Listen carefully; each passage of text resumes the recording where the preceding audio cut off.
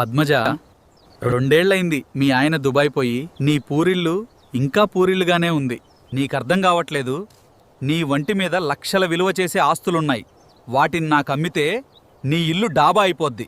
నా ఒంటి విలువ నాకు తెలుసు. ఇప్పుడేంటి, నా బావిలో దిగి నీ వేడి తగ్గించుకుంటా అంటావంతేగా? అంతే అంతే. నిన్ను చూసినా తలుచుకున్న నా తోటలో కీర దోసకాయ నన్ను పద్మజ చేతిలో పెట్టని తెగ గొడవ చేస్తుంది. అంత బావుంటదా? మంచి సైజుంటదా? బారుగా ఉంటదా? వంగి ఉంటదా దోసకాయ? కావాలంటే దోసకాయ సైజు ఎంతుందో చూసుకుంటావా? ఇప్పుడు కొలతలేమొద్దులే, ముందు ఇల్లు కట్టటం మొదలుపెట్టు. ఒళ్ళంతా అదే. నీ భాషలో ఆస్తులకి చెమట పట్టింది. వెళ్ళి స్నానం చేయాలి. ఏంటే పద్మజ, మన సర్పంచ్ ఎక్కడ పడితే అక్కడ నిన్ను చూస్తే చాలు నా కీరదోస నీ చేతికిస్తా అంటున్నాడు. చేతికే కాదే బాబూ, మూతిక్కూడా ఇస్తా అంటున్నాడు. నిన్న ఏకంగా ఇల్లు కట్టిస్తా, నీ ఆస్తులు నాకిస్తావా అనొచ్చాడు. మరి శాంపిల్కి పిండి పిసికిచ్చిపోయావా? అట్టా పడి ఉండేవాడు. అప్పుడప్పుడు వాడి ఏటీఎం కార్డు కూడా గోక్కోవచ్చు.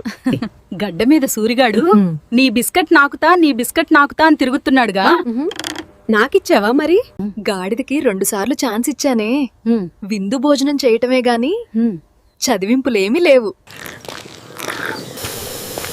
ఏం పద్మజ, ఈ ఊరి ప్రెసిడెంట్ని, తొందరలో నీ ఆస్తుల మీద చేయి వేయబోతున్న వాణ్ణి పలకరించకుండా వెళ్ళిపోతున్నావే?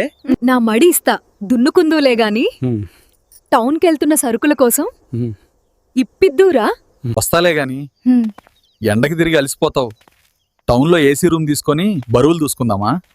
నా ఇంటికి మీరు స్లాబ్ వేయించిన రోజు మనం బరువులు చూసుకుందాం. ఇవాళ సరుకులు ఇప్పించండి సర్పంచ్ గారు. స్వరాజ్యం అందరూ అంటున్నారు. నీ మావ ప్రేమగా నీకు పండు తినిపించాడంటగా. అత్త పిడతకే మామ మంత్రదండం చాలడం లేదు. నా సరే గాని పద్మజకి సర్పంచ్ గారు పాముని చూపిస్తా అంటున్నాడంటగా. అది ఇప్పటికే చాలా పాముల్ని చూసింది, కానీ నంగివేషాలేసుద్ది. అది చూడని పామ, దూరని కొంప.